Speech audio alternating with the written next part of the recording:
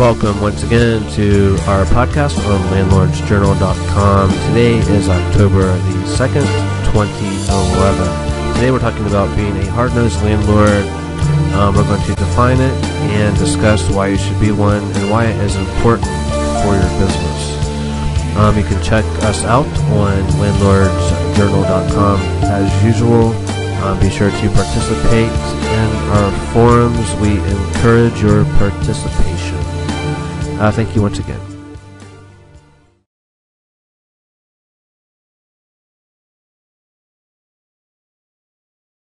Good morning, America.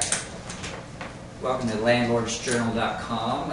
We're back together, the usual group of four. And today we're going to be talking about a really useful topic, something that most of the time people just have to learn on their own, and it's what we're going to be talking about is ground rules for tenants. And we're going to be talking about ground rules for a hard-nosed landlord. A hard-nosed landlord. Do we have to be hard-nosed? Yeah. Yes. Tell us, what is a hard-nosed landlord? What are we talking about when we talk about a hard-nosed landlord? Hard-nosed landlord they make expectations very clear, and the rules and policies very clear from the beginning. That way, the people, the tenants know what to expect. They know what they can get by with, what they can't get by with, and all that kind of thing. So there's no misunderstanding as you progress through the business relationship, and that's where a lot of times, in the beginning, when I first started, there was a lot of misunderstandings. They weren't clear on policies. They did things that I wasn't fond of, that they didn't know that they were, just a lot of different things that you just to make the relationship very clear, make everything very clear from in the very beginning. So that's basically what we define as, or what I define as a hard-nosed landlord. It doesn't mean you're a mean landlord. No, it doesn't mean you're mean. It means that you have some policies that you abide by. Exactly, and it's not. And communication's key, and definitely definitely not mean. I mean, if a renter comes to me and says, "Hey, we have this problem," I'm big on communication. I'd much rather you come to me and say, "Hey, I can't pay my rent on time. I'm having this problem. Whatever." Then not to communicate with me at all and say, let a month go by, no interaction, which we would never let it get that far. I mean, I would never let it get to be a month. But communication's the key. Okay, so this is something that really it's something that you would when you first get your tenant. I know in previous times I've heard you use the term of training your tenant, and so this is something that. Right from the get-go, you would. It's important, just like first impressions within any kind of person-to-person relationship. First impressions are really important, and so you want to make a good first impression of what your position is here, exactly. and lay some ground rules. I imagine right. about how the relationship should be.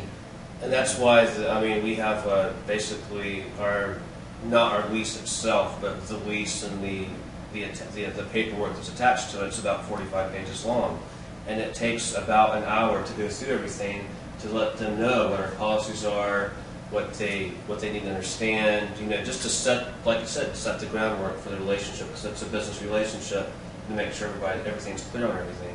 So you're talking about you have a lease agreement, definitely, and it's spelled out in easy terms. Exactly, they sign off on everything. Like, for example, they know what our policy is on. Different properties have different rules. Like, for example, in an apartment building, we don't want satellite dishes and from all the windows and that kind of thing. So our policy is that we don't allow it in an apartment building. But, for example, in a house, we might allow it. Depending on what the house is and zoning and all that kind of thing, we might allow it, and they sign off on that. So they say, okay, we know that we can or cannot do this. They sign off on it. They have a copy, we have a copy. So if they come to us and say, hey, what can we do this? We can say, hey, look in your paperwork, we should have covered that, or no, you cannot. If they did, and we, for some reason, we go there, or one of our employees goes there, and they see that, then, there's a problem. Or if usually it's an apartment claim situation, where people complain, or the neighbors complain. I know when I lived in apartments, it's probably a reflection of being in a college town. All the landlords talked about noise. Right. About we expect you not to be loud, and we expect you to, not to clean up after yourself, not trash the yard and the outside areas. Right, and in an apartment building, that really comes into play, and you're more. Especially in an apartment building, and that was our first experience as being a landlord, was in an apartment building, and it was a large apartment building, it's a multi-unit apartment building. So it was pretty much thrown in our face, and we ended up being social workers, like we talked about many times before. So you have to stay away from that. You have to set your expectations, set policies, guidelines, and be very clear in the beginning. Because if not, you're setting yourself up for another full-time job. Because I'm telling you, in an apartment building situation, it gets very overwhelming very quickly, and it's another job because you're basically being a social worker. I think it's important, if I can raise this, about the professionalism part. I think I like the fact that we maintain some distance with our tenants. I think it's wise, America, that if you rent to somebody, you don't go hang out at the apartment with them and drink beers. You don't babysit their kids. You don't go shopping with them. No. You're going to be able to maintain these more quote unquote hard-nosed policies if you're not buddy-buddy with them. If you develop an interpersonal relationship with your tenants, they very well could take advantage of you. It's going to be much harder to implement some of these things that we're talking about. It's going to have some bad feelings. You're less likely to do it. So I do like professional boundaries. They pay the rent. Like John is saying, you have a lease, I do this, you do that, it's a contract. Keep the friendships outside of your rental agreements. Yeah, and the word gets out. If you get a reputation the longer you're in the business, if you get a reputation of being an easy landlord, then you're going to have every loser and every deadbeat tenant coming knocking on your door. Yeah, you might be able to fill your places up quickly, but you're going to have a lot of problems, It's that whole easy teacher. Everybody wants to have the easy teacher. Everybody wants to take the easy teacher, and unfortunately, people that rent, a lot of times, not all the time, want that easy landlord. Right. That's lenient on their, lenient on the pet policy, lenient on the, late fees, just lenient altogether. It's that whole easy teacher thing, and we don't want to be the easy teacher, but we don't want to attract that kind of clientele. I think you need to know when to nip stuff in the bud, so to speak. You need to be able to cut people off in the beginning so that it does not get out of hand and out of control. I mean, professionally we do that in other aspects of our lives as well. It's interesting, this easy teacher. I identify with that as I can look back on teachers that were very well liked in school, and they had those points that was in their corner. They were well liked by everyone, but they weren't respected. They were not. They were probably not respected, and they in reality they were probably less effective than the more traditional prudish English teachers that scolded the kids for being late. Right. That didn't cut them breaks for cutting up in class and things like that. Yeah, that's us. To be an effective teacher means not being it means means having proper boundaries with your students. Not making being a friend of your students the priority, but being a teacher to your students the priority, and you have to have that kind of a dichotomy with your tenants. Exactly, and that's because unfortunately, it's not like in the traditional consumer. Like when you're running a business in the traditional consumer area of business, where you're selling a product or you're being a salesman or whatever, you have that interaction. It's usually a brief interaction. But you want to establish, you want to strengthen those ties. with this kind of relationship and a rental relationship, you have more of a long term, Right. and it can easily become a social working type situation, like we talked about, instead of like when you're selling something in a consumer driven environment, where it's just you sell this person this thing, you get what you want from them, and then you're done. Exactly. When you're in a business relationship with a tenant, it's a long-term relationship, Right. and sometimes it's many years.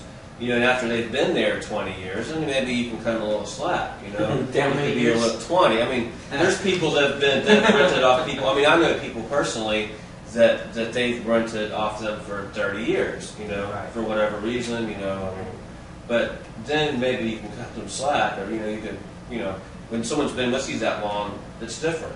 But it's a lot different than a consumer-driven business where it's, like I said, it's a brief interaction. You might give in a little more and do certain things. But I just don't want people to think that it's the same as some of our other businesses where because a lot of times people say we contradict ourselves. Well, this is different than some of the other businesses that we're in because the other businesses are consumer-driven and this is not. I mean, this is you're in a relationship with these people and you have to keep it like a teacher. No matter you don't know how long it's going to be. You don't know if that person's going to take your class again or whatever. You need to set boundaries, and you need to be a hard-nosed landlord. And again, I'm not saying that you're mean or you're unreasonable or you set expectations that are too high or whatever. It's just that basically it comes down to making ground rules and set expectations and not being a friend. Well, what about our policy of 3 strikes and you're out? I think that helps define the line between giving a little bit of leeway, but at the same time, you also adhere to those high expectations. Exactly. I implemented that a long time ago because of these kinds of problems we've had. Mm-hmm. The 3 strikes out this 3 strikes you're out policy. Basically, you have three chances to screw up, no questions asked. You can be late on your rent, fine, but that's going to count against you. And a lot of times we have people that their payday that falls, like the rent's due on the 5th of the month. The payday will be anyway. Sometimes they get paid on Friday, and the day is the 6th or the 7th. That's one of your strikes. If you choose to use that, then that's one of your strikes. Mm-hmm. If not, then you need to get the rent the week before and get it early or whatever. But that's one of your strikes. It doesn't mean necessarily rent. It could be rent. It could be any kind of lease violation. Anything. And if they just cannot conform to the rules or the standards, then after the 3rd strike, we either evict them or they need to straighten up or whatever. But that's it. I mean, after that, if there's some kind of complaint they have, especially in an apartment building situation where you have a community of people living together and causing problems and everything, tattling. When I made it known that if you tattle on a person and I come to find out that it's true, then that person could be thrown out. If you're tattling on this person and you think what you're saying is true, then do you really want them thrown out of their apartment because of something you said? And I made that very clear down there. Because we'd get calls every day, all day long, people tattling. This person did this person did that, this person's making too much noise. When you have that many apartments, it's very overwhelming. And so that's basically when I implemented it. The late rent, the noise, anytime there's a problem with a tenant. What is an effective way when you have a new tenant that calls that first time and says they're I don't know, there's someone there's a stranger in my yard and he's drunk. That used to be a big problem. Okay. Call the police. Call the That's police. not Just something tell call the the police. landlord. Right. That's a Call call. the You can end police. that call in about 10 Exactly. seconds. And I would run down there. And this would be when the police department, our apartment building is right across the street from the police station, and my dumb butt would run down there and try to solve that problem. The police station's right across the street. Yeah, we've had that. We've had that as recently as a year ago. I think that's pretty common. It is. So that your best advice on a call like that is just say call the police. Call the police. Yeah. Talk to you If we have later. a problem with a neighbor, we'll get people who have problems with the next door neighbor, like in a house or duplex. They'll have a problem with the neighbor. you know, making too much noise or whatever. Hey, that's not my problem. Right. You need to call the city, you need to call the police, you need to call your councilman, whatever, but that's not something I can do. I can't go to your neighbor and say, hey, because 9 times out of 10, it's either, you know, another landlord's in control of that property, or it's a homeowner, and I have no control over that. A lot of times we'll own the property next door, then maybe we can say something, but that's not typically the case. It's not, you know, it's usually unrelated to us. And again, we have to say, hey, call the city, call the police. That's not something that we're going to get involved in, because it goes into the whole, you're going to be a social worker. I mean, it gets ridiculous, and you're going to be known. You're going to start getting a reputation for that. Oh yeah, the landlord will go knock, you know, come here and he'll knock on neighbor. He'll let you be late with the rent, and he'll solve all your problems and call the welfare office for you and bring your groceries, and you know, I mean, there's no end to it. But I think considering the 3 strikes and you're out rule, I think also when they're upfront and honest, we are more likely to work with them than being hard-nosed. You know, that communication is a two-way street. And so I think if you're maintaining your professional boundaries, if they have a comprehensive lease, if they know what the expectations are up front, that will save you a lot of headaches on down the road. Do you tell people? We have learned that. I mean, this is gospel truth, because for years we have learned from our mistakes, you know, and so I think we're to a point now that I feel like we're more on top of it. Well, yeah, I'm glad we've gone through it, because I mean, maybe we wouldn't have known so much. School of Hard Knocks is the best school to attend. Yes, I mean, School of Hard Knocks, and that's true for anything in life. Yeah, this definitely right here. So, but I mean, it does not pay to be your tenant's friend. I mean, No. you have to, and I was bad about that. Not that I was their friend, but I was more concerned and more, and not that we're not compassionate, we're not understanding and all that kind of stuff. Like, again, I'm not saying that we're unreasonable or try to be mean, but this is a business. It is a business. It's a business. It's We're not running relationship. a charity house or a homeless shelter, and even in a homeless shelter environment, you have rules and regulations and policies and all that kind of stuff. And that brings up a point that I think is good too. You need to be willing to carry through with your, not threats, but with the stipulations of the lease. You know, Right. The 3 strikes, you're out. We will begin eviction proceedings. You have to let them know. You have to have it hanging over their head. People think that You have to be an example. anything goes. Somebody I can else. do anything I want to at any time, Right. and they will do that. We will keep your deposit and we will evict you. You know, I mean, that's how it is.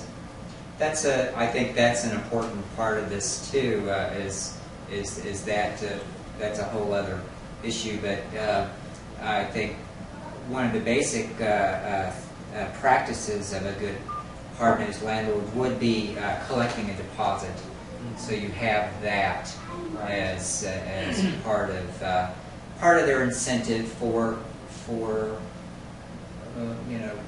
We always wanting to make timely rent payments and such. They don't want to lose their deposit. They have to have something to lose. Everyone needs to have something to lose, and that's kind of goes along the lines of what we're talking about, rent collection now, and being hard-nosed landlord. But that's another mistake that we made in the beginning. A lot of times people would in lieu of a deposit, you know, they'll clean out the apartment. I mean, there's always work to do, especially in an apartment building. You know, there's always, you know, can I sweep the halls, you know, in lieu of the deposit, or can I wipe down the walls, or paint the walls, or paint the hallway walls, or put tile in the lobby, or, you know, just run the sweeper, or just anything in lieu of the deposit. And we used to do that. And then in lieu of some of the rent, to get a discount on the rent. If, you know, we gave a discount for one lady, or I did for one lady that, you know, swept the hallway wall, swept the halls and the hallways, or the lobby or whatever in the apartment building, and she got a discount in rent. It wasn't a lot, but, you know, it was a discount. Or she did some yard work, so I'd give her some money to do like yard work, plant flowers and stuff like that. I gave her a discount on the rent, or I gave her some money up front or whatever to do that. And that was a big, big mistake. You do not want your tenants performing any kind of work whatsoever on your building, period. That's it. End of story.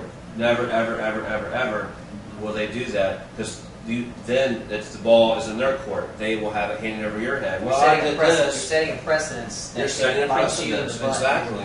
And then that's handed over your head. Well, I did this for you. I did that for you. Can't you let me pay rent late a couple times or whatever? So under no circumstances, and they ask. And then the neighbor also sees what's going on. Exactly. And they expect the same thing. Exactly. And then you're finding them work to do that doesn't need to be done. Exactly. Yeah, exactly. And then especially in an apartment building, and again, it's another beast. Then you start getting a reputation again, and you know, and how when you're renting houses, it's more difficult. 'Cause it's more stratified is what I'm looking for. It's more spread out, and you don't have, you know. But in an apartment building, especially a large apartment building, you get a reputation. It's that whole easy teacher thing. Oh, they'll let you work for your deposit, or they'll let you work your rent off, or you know whatever. You can wink your eye at him, and he'll let you pay your rent late, or you know it falls under that. And so we don't do it. I mean, under no circumstances is a tenant allowed to fix anything. If there's a problem, and I have them trained now, and you know we have inspections every month. I used to catch a lot of heat for that. Once a month, we have inspections, and the reason for that is I want to make sure that nothing's being torn up that you're not turning in.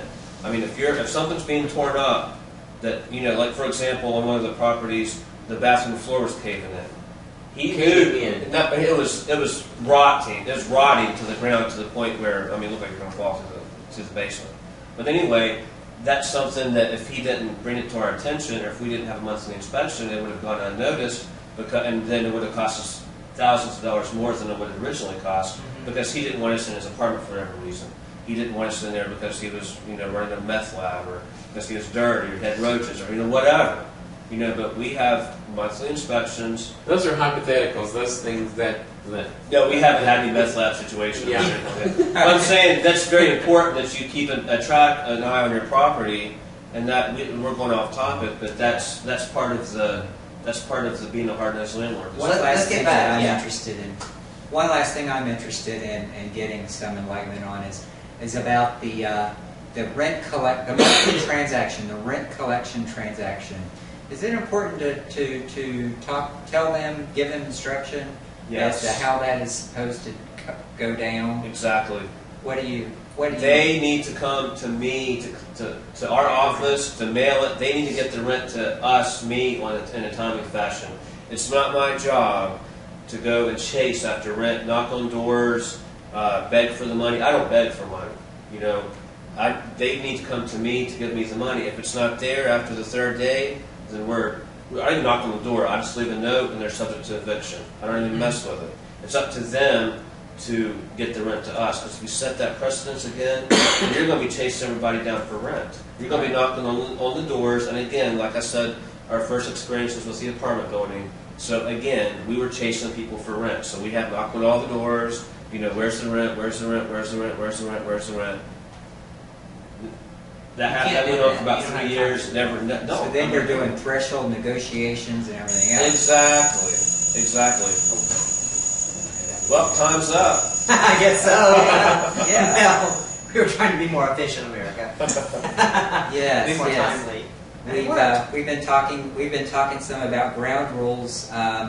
Thank you, John, and Bob. You guys have been doing this for quite a while. You guys do a lot of you do all of the frontline stuff for our company, as far as from that first phone call to the key collection at the end, it can be and what I'm gathering is what you make of it, and setting ground rules at the beginning is an important part of things. And ultimately, it just makes your life easier in the long run, and I think it makes your relationship with the tenant better and probably longer lasting. Not only with that, with one specific tenant, but like John says, I think there's a fanning aspect of it. People will see that you're straight on this one, and they expect you to be. And some people like that firm hand. I personally would like to know the ground rules up front. I don't think I'm the type of person that's going to try and take advantage of somebody, but I want to know what's expected of me, and then I will do it. As a previous renter, that's how I was. I've been a renter for years and years before I was a homeowner. it's that whole teacher-student relationship. You know, it's you give them their syllabus, you have your rules and your guidelines, when this is due, when that's due, what you're going to do, what's expected of you, and then it sets a pattern, sets everything in motion for a smooth relationship. I remember my easy teachers. I remember my hard-nosed teachers. Yeah. Exactly. I remember my hard-nosed teachers because they gave me good service. Exactly. So, you know, we're not talking about being mean. We're talking about being an effective landlord who is there for the appropriate landlord-tenant and it is a business. relationships. It's your business. You take care of your business. So there you go, America, and I hope you got some benefit out of our discussion this morning. Tune in later to landlordsjournal.com for some further adventures in the Lord, in the world of being a landlord. Bye-bye. Bye.